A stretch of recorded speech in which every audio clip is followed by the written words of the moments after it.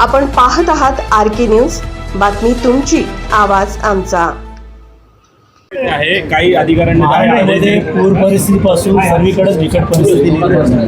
ठाण्यामध्ये आता मी आढावा घेतलेला आहे। यामध्ये वॉटर लॉगिंगचं जे प्रमाण गेल्या वर्षीपेक्षा फारच नगण्य आहे, कारण जवळपास 84 वॉटर पंप लावलेले आहेत आणि त्याचं पूर्ण मॉनिटरिंग इथून होतं आणि जिथे आवश्यकता आहे तिथे सगळीकडेच पंप लावल्यामुळे पाणी साचण्याचे प्रकार फार कमी झालेले आहेत। त्याचबरोबर झाडं जी पडण्याचं प्रमाण जे आहे ते नक्की यावेळेस जास्त आहे। हवेचा दाब जास्त असल्यामुळे या ठिकाणी झाडांचं पडण्याचं प्रमाण नक्की वाढलेलं आहे। परंतु मी आयुक्तांना आता सांगितलेलं आहे की तातडीने जी झाडं पडलेली आहेत ती झाडं ट्रिमिंग कधी केलं आणि फांद्या कधी तोडल्या या बाबतीत देखील आढावा घेण्याच्या मी सूचना दिलेल्या आहेत।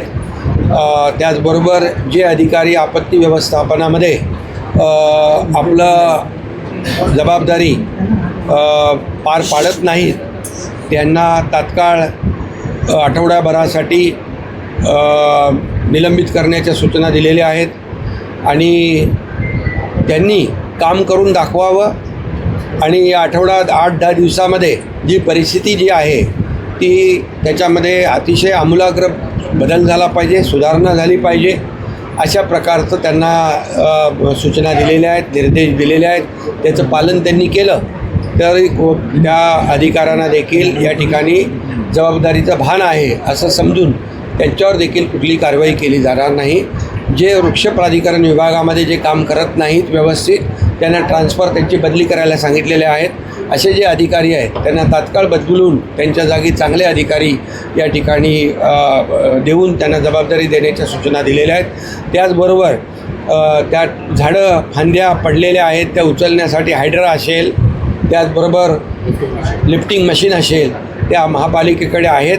त्याचबरोबर आणखी लागल्या तर हायर करण्याच्या सूचना दिलेल्या आहेत। मॅन पॉवर थोडी कमी आहे अशा प्रकारची लोकप्रतिनिधींच्या माध्यमातून माहिती मिळाली, तर मॅन पॉवर देखील आउटसोर्सिंग करण्याच्या सूचना या ठिकाणी दिलेल्या आहेत। तात्काळ आउटसोर्सिंग करून आणखी पाऊस आणि वारा पुढे आहेच आणि त्यामुळे प्रत्येक झाड जे आहे या झाडाचं ऑडिट करायच्या सूचना दिलेल्या आहेत। त्यातले एक्सपर्ट जे लोक आहेत या वृक्ष प्राधिकरणामध्ये NGOमध्ये काही लोक असतात, काही एक्सपर्ट लोक आहेत, हॉर्टिकल्चरची काही लोक आहेत, या सगळ्यांचं सहभाग घेऊन या संपूर्णपणे जी झाडं आहेत त्याचं ऑडिट करणं, ही झाडं पडता कामा नयेत, त्याच्या फांद्या नीट तोडलेल्या आहेत, छाटलेल्या आहेत, ट्रिमिंग केलेल्या आहेत की नाही ते पाहणं, या बाबतीत देखील आयुक्तांना सूचना दिलेल्या आहेत। मला वाटतं यामध्ये झाडांची मोठ्या प्रमाणावर झालेली पडझड लक्षात घेता झाडांवर या भविष्यामध्ये आता झाडं पडू नयेत, किंबहुना जी झाडं उभी आहेत ती झाडं मजबूतीने कशी उभी राहतील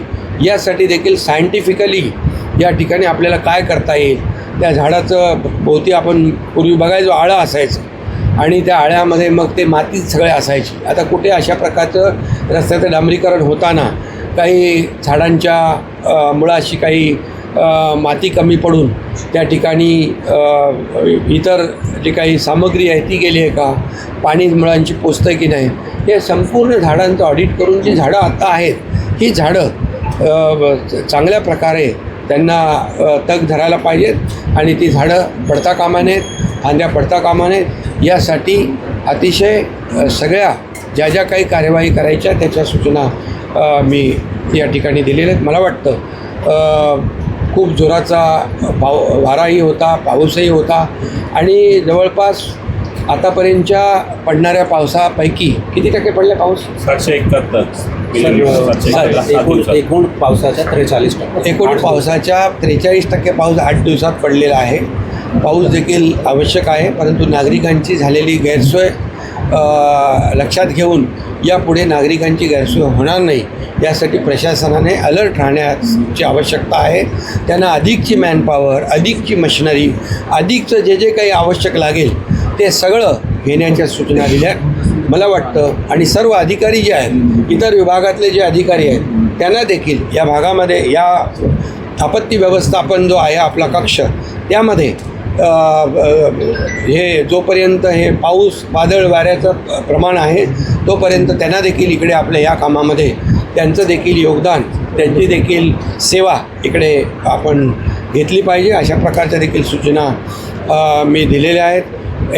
TDRF देखील आपली जी आहे, TDRF एक चांगलं काम करणारी आपली यंत्रणा महापालिकेकडे स्वतःची आहे आणि त्यामुळे ती वेल इक्विप्ड आहे आणि त्यांना देखील जे काही आवश्यक आपत्ती व्यवस्थापनामध्ये कमिशनर महोदय जे आपत्ती व्यवस्थापनामध्ये आपल्याला जे काही आवश्यक आहे हे सर्व त्याची तरतूद आणि त्याचं नियोजन आपण संबंधित विभागानं करून द्या. कोणीही अधिकाऱ्यांनी हलगर्जीपणा केलेला अशा परिस्थितीमध्ये खपवून घेऊ नका. खपवून घेतलं जाणार नाही. या प्रत्येक अधिकाऱ्याचं आपत्ती व्यवस्थापन असेल, TDRF असेल, वृक्ष प्राधिकरण विभाग असेल, जे या संबंधित पावसाच्या आणि वादळ वाऱ्याच्या रिलेटेड जे अधिकारी काम करत आहेत, जे करणार आहेत, त्यांचं देखील मूल्यमापन या ठिकाणी आपण करा. जे चांगलं काम करतील त्यांचा देखील नक्कीच सन्मान केला जाईल, परंतु जे आपल्या कर्तव्यापासून आपला हलगर्जीपणा करतील त्यांच्यावर कठोर कारवाई देखील केली जाईल. RK न्यूज चॅनलला लाईक करा, शेअर करा आणि सबस्क्राईब करा.